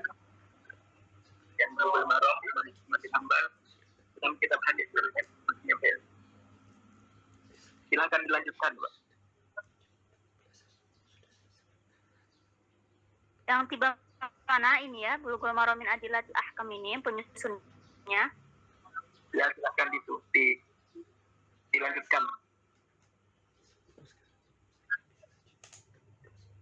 Baik, penyusunnya yaitu Ahmad bin Ali bin Muhammad bin Ali Mahmud bin Ahmad bin Hajar Al-Kannani Al-Asqalani Al-Misri, yaitu Ibnu Hajar Al-Asqalani. Lahir pada bulan Sya'ban 773 Hijriah atau 1372 Masehi di pinggir Sungai Nil, Mesir kuno. Wafat pada bulan Dzulhijjah 852 Hijriah atau 1449 Masehi. Usia yaitu 79 tahun. Nah, beliau pakar dalam bidang hadis, fiqih, sejarah, dan ilmu rijal. Beliau juga bergelar Al-Hafidh, Al-Imam, Syekhul Islam, Amirul Mukminin di bidang hadis, Syihabuddin. Kunyahnya yaitu Abdul Fath. Nisbahnya yaitu Al-Kannani, Al-Asqalani, Al-Misri, Asy-Syafi'i. Periode penyusun yaitu dimulai pada abad ke-8 Hijriah atau 14 Masehi. Nah, karakteristik metode yaitu sistematika penyusun kitab. Yang pertama itu ada kitab ini disusun dengan memakai metode tematis atau madu'i. Berdasarkan tema-tema fikih, mulai bab bersuci atau toharoh sampai bab kompilasi al-jami'. Lalu yang kedua, lebih banyak memuat hadis hukum fiqih dan kitab jami' di bagian akhir sebagai suplemen pelengkap. Jadi di sini bisa kita baca sendiri saja untuk mempersingkat waktu karena di sini banyak yang akan kita rujuk pada kitab yang kita pakai pada hari ini. Di sini juga ada istilah hadis dalam Bulughul Maram min Adillah Al-Ahkam yang biasa kita sebut juga dengan Bulughul Maram. Di sini juga bisa kita baca. Sudah saya share juga di grup. Nah, di sini kita menggunakan metodologi pencarian hadis di Bulughul Maram. Nah, sebelumnya kita sering menggunakan Mu'jam Fahros yang dimana pencariannya menggunakan asal katanya. Tetapi kalau kita menggunakan kitab Bulughul Maram, yang pertama itu kita tentukan bab fikihnya dulu. Contoh nih, pada hari ini saya membawa hadis mengenai larangan berlebihan. Nah, kita cari hadis tentang larangan berlebihan tersebut. Lalu kita masuk bab jami' di kitab jami'. Baru yang kedua kita cari subbabnya. Contoh masuk subbab tentang adab atau babul adab. Lalu yang ketiga, caranya yaitu baca matan dan catatan takhrij di bawah setiap hadis harus ada. Yang pertama yaitu ada rujukan kitab sumber, lalu yang kedua ada penilaian kualitas, lalu yang ketiga kita cari yaitu keterangan tambahan dari Ibnu Hajar. Nah, pada hari sore ini kami akan membawa hadis yaitu dari kitab Bulughul Maram yang kita ambil dari kitab Jami' Babul Adab hadis ke-16, nomor hadis 1453 di halaman 534. Saya bacakan. Wa an Amr bin Shu'aib an abihi an jaddihi qala Rasulullah sallallahu alaihi wasallam qul washrab walbas wa tasaddaq fi ghairi safin wala makhilatin akhrajahu Abu Dawud wa Ahmad wa illaqahul Bukhari, yang artinya dari Amr ibnu Shu'aib, dari ayahnya, dari kakeknya radhiyallahu an, Rasulullah sallallahu alaihi wasallam qol, yaitu bersabda, kul, makanlah, washrab, minumlah, walbas, berpakaianlah, watasaddaq fi ghairi sarafin wala makhilatin, dan bersedekahlah tanpa berlebihan dan sikap sombong. Akhrajahu Abu Dawud wa Ahmad, riwayat Ahmad dan Abu Dawud. Wa'ilaqahul Bukhari, yaitu hadis mu'allaq menurut Bukhari. Ini yang akan kita takhrij hadis pada sore hari ini. Baik, saya akan membuka, yaitu kitab yang pertama, yaitu Bulughul Maram, di mana hadis tersebut saya dapatkan di dalam kitab Bulughul Maram tersebut, yaitu di halaman 534. Nah, tadi itu halamannya kalau kita cari kitab Bulughul Maram, nanti halaman pertamanya tadi seperti itu. Lalu kita buka. Nah, di sini sudah kita ketemui mengenai hadis yang sebelumnya tadi sudah saya baca. Di 1453, wa an Amr bin Shu'aib nih ya. An abihi an jaddihi qala Rasulullah sallallahu alaihi wasallam qul washrab walbas wa tasaddaq fi ghairi sarafin wala mahilatin. Akhrajahu Abu Dawud wa Ahmad wa allaqahul Bukhari. Nah, di bawahnya di sini ada seperti catatan kaki ya. Di sini ya, saya gerak-gerakin ini apanya nih, kursornya nih ya. Isnadah Hasan. Saya bacakan artinya. Isnadah Hasan, yaitu sanadnya Hasan. Nah, putna di sini ya, karena riwayat Amr bin Shu'aib. Nah, ini bin Shu'aib. Ini saya lihat kursornya. Saya artikan bin Shu'aib. Nah, diriwayatkan yang pertama itu ada At-Tayalusi. Nah, At-Tayalisi, mohon maaf, At-Tayalisi. Nah, yang kedua di sini ada yaitu Ahmad. Nah, Musnad Ahmad ya. Lalu yang ketiga di sini ada Sahih Bukhari. Ya, bisa kita lihat ada Sahih Bukhari. Lalu yang keempat ada Ibnu Majah. Lalu yang kelima ada An-Nasa'i. Yang keenam ada Al-Hakim. Yang ketujuh ada Al-Baihaqi fi Syu'bil Iman. Ya, bisa kita lihat. Nah, ketujuh kitab ini nih yang barusan tadi saya sebutkan. Kitab ini nih yang akan kita cek kebenaran hadisnya. Apa benar? Itu ya. Bahwasannya di dalam catatan kaki tersebut ada. Baik, langsung saja. Yang pertama itu tadi adalah riwayat Nabi Syu'aib, diriwayatkan At-Tayalisi. Nah, mari kita buka kitabnya. Jadi 7 yang akan kita cek. Nah, nanti kalau sudah kita cari nih, Musnad Abi Dawud At-Tayalisi. Nah, halamannya nanti seperti ini kitabnya. Kita buka halaman di 280. Mana dia ya? Nah, di nomor hadis 2375. Nih, haddatsana Abu Dawud qala haddatsana Hammam an Rajulin bin Shu'aib an abihi an, ke bawah lagi, jaddihi an Nabi sallallahu alaihi wasallam qala kulu washrabu walbasu wa tasaddaqu fa innallaha azza wa jalla. Nah, di sini sudah sama dengan hadis yang sebelumnya. Mungkin beda periwayatannya. Kalau yang pertama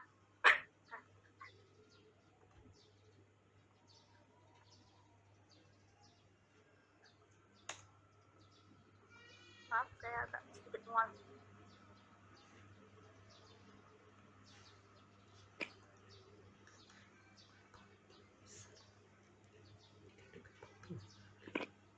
Nah, di sini dibuatkan yang pertama yaitu ada Abu Dawud.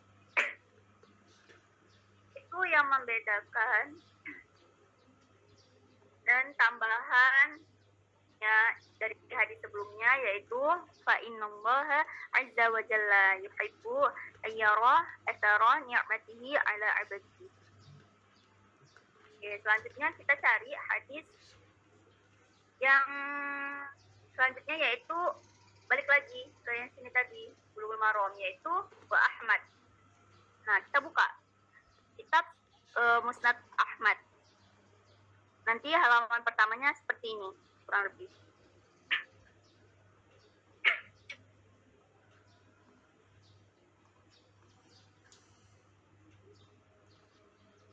Nah, di kitab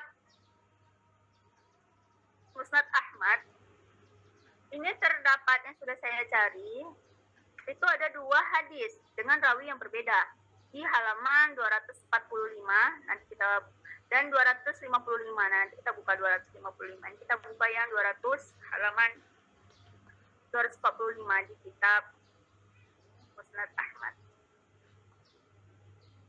Nah, di sini kita lihat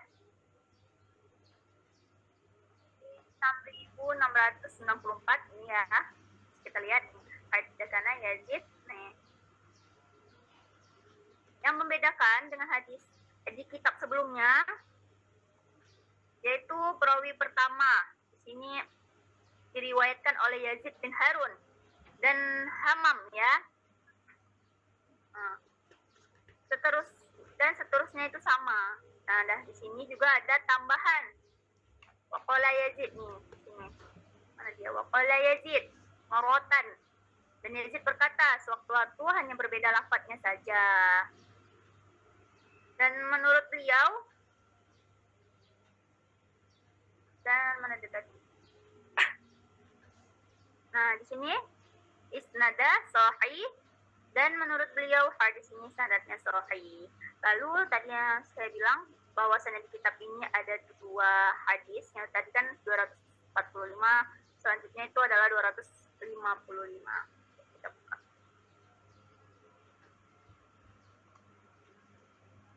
Nah, lanjut ke kitab masih dengan yang sama, nah halamannya saja yang berbeda. Hadis 6.705 8 haddatsana Bahaz haddatsana Hammam. Nah, yang membedakan perawi pertamanya yaitu adalah Bahaz. Nah, itu yang menjadi pembedaan antara halaman 245 dan 255. Lanjut. Nah, kita balik lagi ke Bulughul Maram tadi. Nah, tadi At-Tayalisi sudah, wa Ahmad, lalu wal Bukhari mu'allaq. Ya, wal Bukhari mu'allaq. Nah, kita buka. Nah, nanti kita buka Sahih Bukhari halaman pertamanya. Covernya seperti ini. Ya. Lalu kita buka ke halaman Sahih Bukhari yaitu 1464.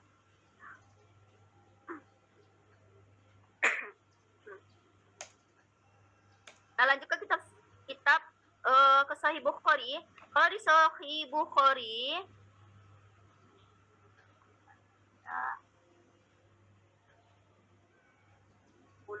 washrabu wabasu tasaddaqu ya waili sarafin wala makhilat.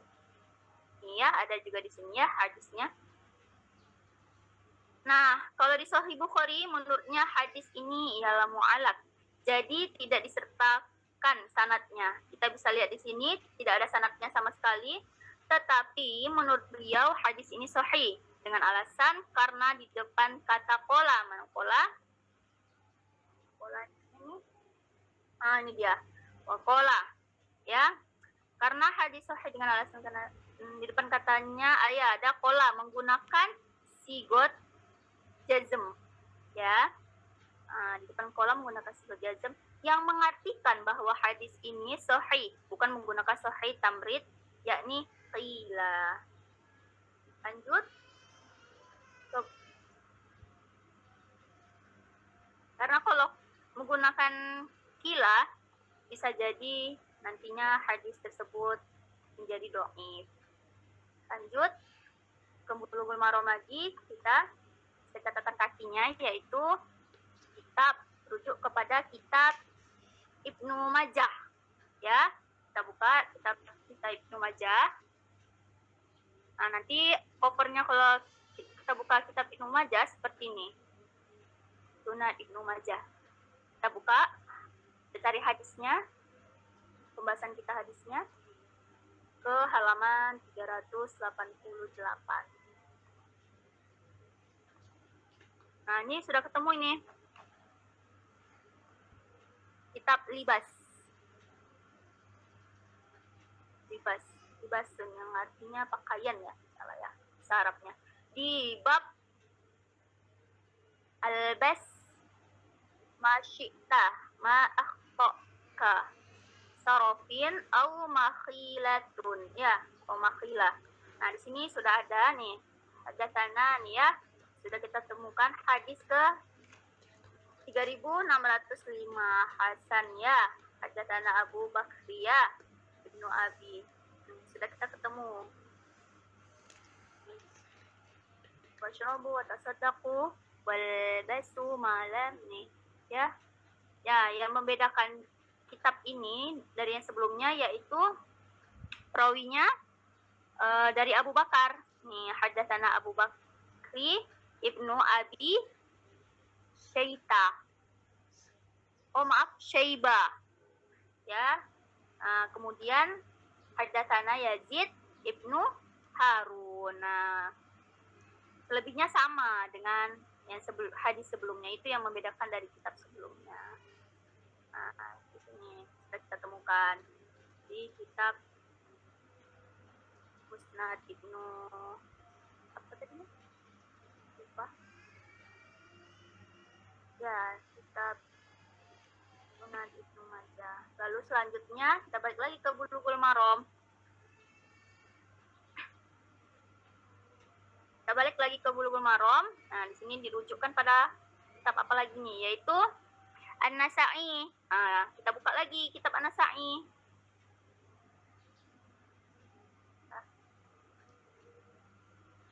Kita buka kitab An-Nasa'i. Nah, nanti depannya seperti ini. Nah, nih, Sunan An-Nasa'iyah. Halamannya seperti ini. Kita buka halaman 399. Kita cari hadis yang tadi kita bacakan di awal. Mana dia tadi? Ini dia. Nih, hadis ke 2559 ya, Hasan. Ini ada di sini nih, 10 atau 1 tahun ya. Nah, menurut dia ini Hasan ya. Akhbarona Ahmad bin Sulaiman qol hadatsana Yazid qala nih ya. Yang membedakan dari hadis yang sebelum-sebelumnya, perawinya yaitu dari Ahmad bin Sulaiman ya. Nah, kemudian juga yang membedakan dari yang sebelumnya, dari ini Yazid seterusnya yaitu sama. Luat tasataku wal basu fil wairi min israfin wala makhilatin ya, sama ya dengan hadis yang sebelumnya. Kemudian kita balik lagi ke Bulughul Maram, kita lihat catatan kakinya. Kita merujuk kemana lagi setelah ini? Nah, di sini nih kita lihat ini yaitu Al-Hakim. Ya, kita buka kitabnya. Nah, ini depannya nih nanti ini Al-Mustadrak ala Sahihain Al-Hakim. Ya, depannya nanti seperti ini. Nah, kita buka halamannya. Berada di juz 5 halaman 150.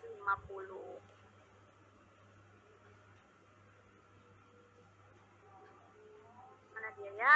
Apakah kita ketemu? Nah, di kitab At-Ta'imah nih, ada nih di kitab At-Ta'imah. Nomor 117 atau 7188 nih. Nah, di akhbarona Al-Hasan bin Ya'qub Al-Adil. Nah, ini yang membedakan dari kitab sebelumnya. Di sini ada 3 perawi yang berbeda. Yang pertama itu ada ini akhbarona Al-Hasan bin Ya'qub. Lalu Al-Adil kemudian menceritakan kepada kami Ahmad bin Khalil. Ya, lalu kemudian ceritakan kepada kami Abdul Somad bin Abdul Warith. 3 itu sisanya dari ini sampai ini watasanahu fi ghairi sarafin wala makhalatin innallah ta'ala yuhibbu ayyarah ataron ni'matihi ala abadina. Ini sama dengan hadis sebelum-sebelumnya. Yang membedakan itu tadi saja akhbarona Al-Hasan ya, Ya'qub Al-Adil tadi yang sudah dibaca. Nah, menurut beliau ini hadis ini sahih. Nah, sanadnya walam yukhrajahu ya. Mana ya? Tetapi tidak dimasukkan ke dalam Sahih Bukhari. Tapi hadis ini sahih. Namun tidak dimasukkan ke dalam Sahih Bukhari Muslim. Nah, lanjut kita balik lagi ke Bulughul Maram. Rujuk pada kitab yang terakhir, yang ke-7. Ya, lumayan banyak. Yaitu Al-Jami' li Syu'bil Iman Baihaqi. Ya, di juz 6 pada halaman 315. Di halamannya seperti ini yang pertama. Nah, kita cari apakah benar, apakah kebenarannya ada gitu di sini di dalam kitab tersebut. Kita cari mana dia ya. Ini di nomor hadis 4251 nih. Nah, di sini yang terakhir kitab di sini yang membedakan dari kitab yang 6 tadi, yang membedakannya yaitu ada 4 perawinya yang berbeda. Yang pertama yaitu Hadatsana yaitu menceritakan kepada kami Al-Imam Abu Thalib. Maaf, Abu Thayyib. Maaf, Mbak Ai. Halo? Halo ya. Iya, saya suka sekali dengan penjelasan ini. Akan tetapi ini saya ditunggu jamaah ini kurang 15 menit adzan asar nih. Saya harus ke masjid, Pak. Mbak ya. Ya. Jadi Terakhir juga Pak. saya suka sekali dengan penjelasan ini, detil lumayan ya. Untuk bisa disambungkan atau dilanjutkan di pertemuan yang akan datang. Bisa ya, Pak? Iya Pak, insya Allah Pak. Dan juga nanti di pertemuan yang akan datang, karena tadi informasinya itu 2 pekan lagi kita UAS, maka disampaikan sepadat-padatnya untuk efisiensi waktu, penghematan waktu. Biar ada nanti beberapa menit saya menjelaskan secara keseluruhan. Begitu teman-teman ya. Penjelasan ya. Termasuk juga apa yang disampaikan oleh Pak Saiful tadi itu, nanti akan ada koreksi atau pertanyaan atau tambahan dari teman-teman lain, juga dari saya nanti. Jadi saya alhamdulillah merasa senang teman-teman, insya Allah banyak yang paham prosedur takhrijul hadis seperti ini. Akan tetapi kita dibatasi waktu, saya harus karena juga waktu kuliah sudah habis 15 menit yang lalu. Oke teman-teman, kita lanjutkan di pertemuan akan datang ya. Terima kasih atas semuanya dan Mohon maaf atas segala kekurangan saya. Wassalamualaikum warahmatullahi wabarakatuh. Waalaikumsalam warahmatullahi wabarakatuh. Baik teman-teman, kita tutup presentasi kita pada sore hari ini karena waktu yang sudah habis ya. Kita lanjutkan pada pertemuan yang akan datang, insya Allah. Assalamualaikum warahmatullahi wabarakatuh. Waalaikumsalam warahmatullahi wabarakatuh.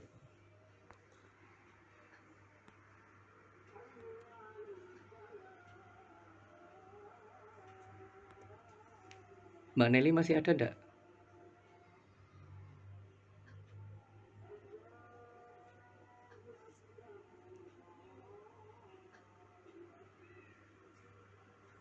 Nggak ada kayaknya, Tat. Padahal mau tak jelaskan loh.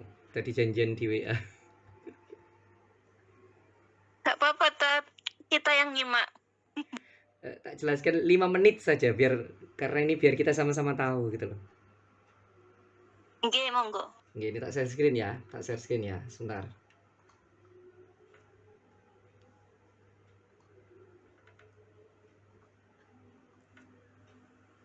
Terlihat ya ini? Oke, Ustaz. Terlihat Ustaz. Baik. Yang aplikasi ini terlihat? Terlihat aplikasi ini ya? Terlihat? Oke. Terlihat. Ya, kita bahas ya cepet-cepetan ya. Baik, begini. Bismillahirrahmanirrahim. Jadi kita bahas hadis yang disampaikan sebentar. Kok mute? Suara saya terdengar ya? Terdengar, Pak. Siap, Jelas, siap. jelas. Siap. Oke, sebentar. Cek. Masuk. Masuk, cek. Oh, kena mute. Oke, pakai ini aja. Baik, ini saya lanjutkan. Jadi kita pakai hadis yang al-haya'u minal iman tadi, nggih. Ini kebetulan saya ngambil dari riwayat yang lain, dari kitab yang lain, kitab Al-Muwatta. Ini dari software saya ini, mungkin Mbak Nur Melisiana nanti bisa ngecek. Kalau di kitab itu, jadi yang diinginkan oleh Bapak dosen kita, selain yang disampaikan oleh Mas Ustadzul Izi itu sudah bagus tadi. Ada ulama ini menjelaskan tentang ini, dan sebagainya. Tapi yang diminta oleh dosen kita itu adalah tahun lahir dan tahun wafat. Nah, di software saya ini itu bisa kelihatan tahun lahir dan tahun wafat. Gini contohnya nggih. Ini hadis al-haya'u minal iman diriwayatkan oleh Malik, Ibnu Syihab, Salih bin Abdullah, Abdullah ibnu Umar. Kalau kita klik satu persatu, sebentar ini tak geser. Kalau kita klik satu persatu, ini saya ketik Malik. Nah, ini langsung keluar ini. Malik bin Anas ini langsung kelihatan. Dia tarikh miladnya lahirnya 92 Hijriah atau 93 atau 94 atau 95, meninggalnya 178. Kelihatan gitu teman-teman? Kelihatan, Ustaz. Oke, saya lanjutkan. Jadi Imam Malik itu dia lahir di tahun 92 Hijriah, meninggal di tahun 178 Hijriah. Atasnya Imam Malik tadi itu kan dia dapat riwayat dari Muhammad bin Muslim bin Abdullah bin Syihab. Kita klik balik lagi ya, saya kembali lagi sebentar. Ini sebentar. Ah, ini al-haya'u. Sebentar. Nah, misalnya ini saya klik tadi Malik, saya klik keluar, sekarang saya klik Ibnu Syihab, saya klik lihat Ibnu Syihab keluar. Nah, di sini Ibnu Syihab itu dikasih ini kelihatan lahirnya tahun apa namanya? Tarikh milad lahir sekitar tahun 50-an atau 51-an dan meninggalnya 123 Hijriah. Sehingga saya ulang ya, ini tinggal dilihat dari atas. Kalau Malik itu lahirnya 92, meninggalnya 178, sedangkan Muhammad bin Muslim lahir 102 50, meninggal 123. Kalau dari tahun lahir ini terlihat bahwa mereka hidup sezaman. Maka dari penjelasan Bapak dosen kita, berdasarkan kriteria Imam Muslim, kalau mereka hidup sezaman maka dimungkinkan mereka saling menerima hadis. Atau kalau di sini Malik bin Anas itu menerima hadis dari Ibnu Syihab karena waktunya sezaman. Sampai di sini difahami nggih? Oke, Ustadz. Baik, lanjut. Nanti kita lihat lagi Muhammad Ibnu Syihab tadi ini kan di atasnya itu apa, siapa tadi? Sebentar. Nah, ini sebentar. Ini Malik Muhammad bin Muslim. Nah, di atasnya tadi kan apa lu sebentar kok hilang. Nah, ini Salim kan. Nah, ini Salim ini kita lihat tarikh. Nah, ini loh kelemahannya, kenapa kok kita perlu mendiskusikan ini, karena tidak semua kitab biografi itu menuliskan tahun lahirnya. Ada yang cuman menuliskan tahun lahirnya saja, ada yang menuliskan tahun wafatnya saja. Makanya membahas hal seperti ini tidak bisa sehari dua hari, mencarinya tidak bisa sehari dua hari. Saya balikkan lagi nggih. Kalau Muhammad bin Muslim bin Abdullah bin Syihab itu lahirnya tahun 50, meninggalnya 123. Lalu di atasnya tadi ini siapa ini? Muhammad bin Abdullah yang meriwayatkan kepada Ibnu Syihab tadi itu meninggalnya, ini tarikh wafatnya 105. Kalau dari sini kita tahu mereka masih satu zaman, kan itu masih kelihatan ya, tahunnya lo masih sama, masih dalam rentangnya ya ini ya. Dari 50 menuju 123, sedangkan ini 105. 105 kan antara 50 dan 123. Dari sini kita tahu bahwa mereka hidup sezaman. Kalau hidup sezaman, maka dimungkinkan mereka ini Salim Abdullah bin Umar ini dia mendapat riwayat, dia meriwayatkan kepada Ibnu Syihab itu bisa karena lahir sezaman. Lalu kalau dilihat di atasnya lagi Abdullah ibnu Umar, kita lihat jadi Abdullah ibnu Umar mana tarikh milad ini nggih tahun ketiga, ini ya tahun ketiga. Lalu meninggalnya ada yang bilang 72, ada yang bilang 73. Sedangkan Salim ini tadi kita ngomong wafatnya 105. Kemungkinan kalau wafatnya 105 dan usia orang saat itu sama seperti kita 60-an, berarti dia lahir sekitar lahir sekitar tahun 50 Hijrian. Kalau dia lahir sekitar tahun 50 Hijrian, maka sangat dimungkinkan akan ketemu dengan Abdullah ibnu Umar. Kenapa? Karena Abdullah ibnu Umar meninggalnya di tahun 72. Sampai di sini paham nggih? Oke, Ustaz. Baik. Yang dimaksud dosen kita itu, kita diminta untuk menjelaskan seperti ini. Ketemu tahun lahir, ketemu tahun wafatnya, lalu dihubungkan antara periwayat yang paling bawah dengan periwayat ke atasnya, terus sampai akhirnya ke sahabat yang paling dekat dengan Rasulullah. Jadi ketika kita ngomong kesahihan sebuah hadis, itu yang diminta oleh dosen kita itu menemukan tahun lahir dan tahun wafatnya dulu. Saya ngapunten nggih, saya tidak bisa pakai Maktabah Syamilah yang web nggih. Saya dari tadi tidak ketemu. Ini saya pakai aplikasi ini ketemu tahun-tahun lahirnya. Termasuk hadis yang dipakai oleh Ustadz Syaiful tadi ketemu tahun lahirnya, ketemu semua di sini.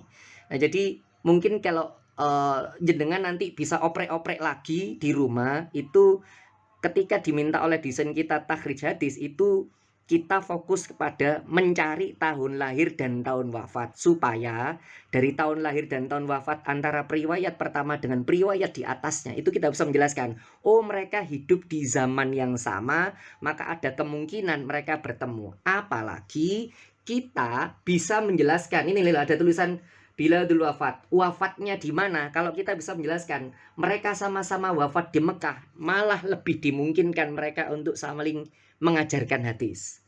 Nah, ini yang dimaksud kita itu mempelajari untuk mentakhrij hadis. Itu yang ini, yang disampaikan Mas Ustadzul Izi kemarin sudah bagus. Itu penjelasan tentang mencari itibar sampai ke atas itu sesempurna. Jangan tinggal ikut-ikut saja.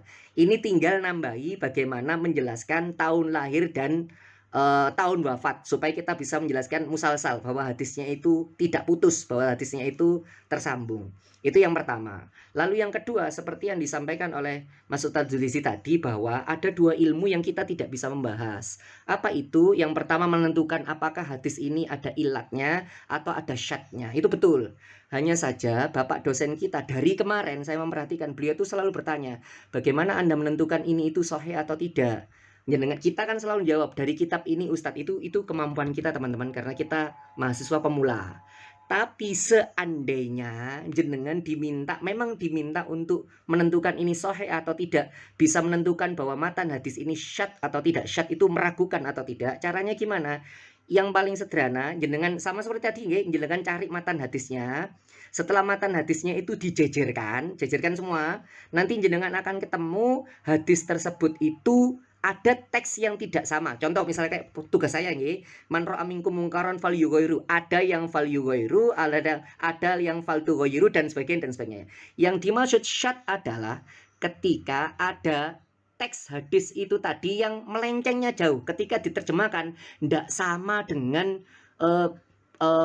penerjemahan secara umum. Jadi ketika yang lainnya ngomong fal yughayyiru, ini ngomongnya misal fal libas menggunakan paket misalnya gitu kan Ki. Jadi jenengan akan bisa ngomong syad, loh kok ini beda sendiri dibanding hadis-hadis yang lain, meskipun awalnya sama tapi belakangnya beda sendiri, dan ketika diterjemahkan itu tidak sama dengan hadis-hadis yang lain. Nah, itu yang disebut syad. Itu sebabnya saya mengerti maksud Bapak dosen kita. Bapak dosen kita itu berharap kita itu bisa menjelaskan sampai di sini. Kita itu bisa menjejerkan hadis itu tadi, terus dilihati satu-satu per hadis, baru kita ngomong, Pak, ini dari hadis yang dijejer satu-satu ini tadi, ternyata ada satu yang nyeleneh sendiri. Secara teks itu tidak sama dan artinya benar-benar tidak sama, jauh banget. Nah, baru kita ngomong hadis ini syad. Nah, ini saya cerita sama jenengan seperti ini supaya tahu bahwa mata kuliah takhrij hadis ini bukan mata kuliah sembarangan. Kita benar-benar harus sinau beneran. Yang lancar bahasa Arab aja belum tentu bisa nyari. Ngapunten sangat. Apalagi yang ngapunten yang bahasa Arabnya belum lancar. Saya cerita seperti ini supaya kan biasanya saya ngerekam tuh itu kuliah. Nah, ketika rekamannya saya upload, ayo belajar bareng-bareng. Penjelasannya Mas Ustadzul Izi itu sudah bagus. Jenengan belajar di situ aja, jenengan ikuti itu saja, insya Allah lancar. Oke, biar tidak terjadi seperti ini. Yang tadi saya sudah nawarin, ada yang belum selesai itu saya sudah nawarin jam 12. Ayo kalau mau dikerjakan, tak kerjakan, tak bantu. Baru mendekati jam 4 baru ngubungi saya loh. Kok dadaan seperti ini itu biar kita itu sama-sama niat sinau, niat belajar. Oke, bisa difahami nggih teman-teman? Alhamdulillah jelas Ustaz, insyaallah. Nah, itu maksud saya. Ya, maksud saya begitu. Biar nanti kalau misalnya kita mau belajar bareng lagi, monggo silakan. Tapi yang terpenting adalah ayo kita niat bareng-bareng karena ini tidak gampang. Karena ini mata kuliah ini tidak gampang. Kita belajar bareng-bareng, jangan mepet-mepet. Biar tidak terjadi seperti hari ini, kelabakan tadi nyari pohon hadis dan sebagainya. Itu baru di akhir-akhir baru minta tolong. Begitu saya rasa itu cukup teman-teman. Ngapunten kalau ada bahasa saya yang kurang sopan. Semoga kita bisa belajar bareng-bareng dan insya Allah lulus bareng-bareng. Ustadz mau tanya Ustadz. Nopo. Kalau nggak punya ini Maktabah Syamilah yang kayak punya jenengan itu Ustadz, itu gimana solusinya? Begini. Ada cara lain? Di Islam web itu yang diberikan Mas Ustadz Zulidi tadi itu ada beberapa yang ada tahun lahirnya, Mbak. Itu jenengan catati aja tahun lahir dan tahun tahun wafatnya. Setiap riwayat jenengan catati tahun lahir dan tahun wafatnya. Terus jenengan lihat masuk akal nggak antara periwayat yang bawah dengan periwayat yang atasnya itu kira-kira sezaman atau tidak. Jenengan cek itu. Ngapunten Ustadz, ngapunten. Ya. Dan saya baru bisa masuk malahan setelah perkuliahannya selesai. Giliran sampean yang jenengan yang malah saya bisa masuk. Justru saya sudah ngecek ya untuk itu. Saya itu sudah ngecek pakai pakai otomatis. Terus terang saya Islam web itu nggak selengkap Maktabah Syamilah Ustaz. Saya sudah ngecek itu. Saya sudah ngecek Ustaz. Iya. Beberapa matan hadis. Saya nggak hanya matan hadis yang kemarin saya bahas loh ya. Beberapa yang punya saya sudah istilahnya konfirmasi gitu ya. Saya coba bukain satu-satu itu kan semuanya itu karena pakai kalau istilahnya online gitu bisa. Kalau Maktabah Syamilah kan saya memang kesulitan untuk ini ya untuk aksesnya kan. Itu nggak bisa terus lah. Untuk masuk ke sedalamnya itu saya belum bisa, untuk nginstal ke ininya kan belum bisa gitu. Itu kesulitan Ustadz. Tidak selengkap Maktabah Syamilah. Itu saya yang terakhir saya share itu pun saya dapatnya dari beberapa online web. Itu nggak selengkap di Maktabah Syamilah memang. Ngapunten kayak gitu. Jadi nggak bisa nggak selengkap itu. Kalau saya beberapa saya kemarin ke perpus di kutub buku Sahih Bukhari, Sahih Muslim itu kalau ini ada juga buku sejarah itu baru ada. Tapi nggak selengkap itu juga kan, itu bukunya banyak ya. Perawi-perawi itu kan bukunya banyak. Jadinya memang itu butuh penelitian, butuh waktu banyak untuk belajar, butuh waktu banyak untuk membaca. Teliti satu persatu sih. Hampir kurang lebih 2 minggu ya. 2 minggu saya itu bergelut dengan itu semua. Nggih, jadi seandainya tidak ketemu di Islam Web, maka jenengan bisa cari di Maktabah Syamillah. Kalau ndak punya software ini, minimal jenengan cari kitab biografi perawi. Tadi sudah disebutkan sama Mas Ustadz Dulisi, nggih, ada Syiar Alam Nubala dan sebagainya. Itu di Google banyak kok. Nah, itu nanti jenengan cari nama itu, fokus kita cuma satu, cari tahun lahirnya dan tahun wafatnya. Itu aja, cari tahun lahir dan tahun wafat. Nanti jenengan cocokkan antara riwayat paling bawah dan riwayat paling periwayat sampai atas. Itu cocokkan satu-satu. Nanti jenengan bisa menjelaskan, oh ini periwayat yang paling bawah dengan atasnya itu hidup sezaman, kelihatan dari tahun lahir dan tahun wafat. Kelemahan kitab-kitab biografi tidak semuanya tertulis lengkap. Jangankan di situ, di Maktabah Syamillah saja tadi saya tunjukkan ada yang hanya tertulis tahun wafatnya saja, ada yang hanya tertulis tahun lahirnya saja. Tapi kita tetap bisa merasionalkan dengan cara kalau ketahuan tahun wafatnya saja, kita tinggal kurangi, anggap saja usianya sama seperti Nabi, berarti kita tuh kurangi sekitar 60-an. Ya nanti usia lahirnya sekian dan sekian, itu namanya merasionalisasi seperti yang sampaikan guru kita tadi, Ustadz Ali. Jadi jenengan kalau ketemu tahun lahir atau tahun wafat, tinggal jenengan tambahi 60 saja seperti usianya Nabi. Baru nanti jenengan, oh berarti ini kira-kira hidup sezaman. Bisa difahami nggih?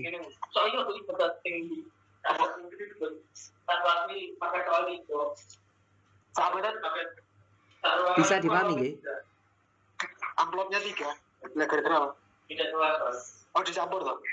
Oh, berarti kayak pondok-pondok umumnya loh.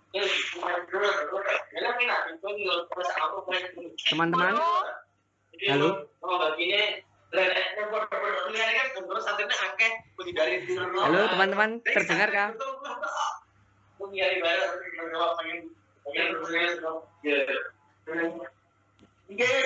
Halo, halo. Sudah pernah kejadian seperti besar. Teroris enak jadi terus enak penjagaan yang berbisik-bisik tapi Halo teman-teman.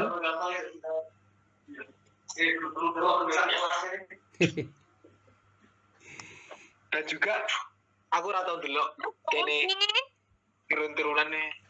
Mas Dulisi, Ya wis enggak mungkin apa-apa. bisa Enggak apa-apa ini. Enggak apa-apa.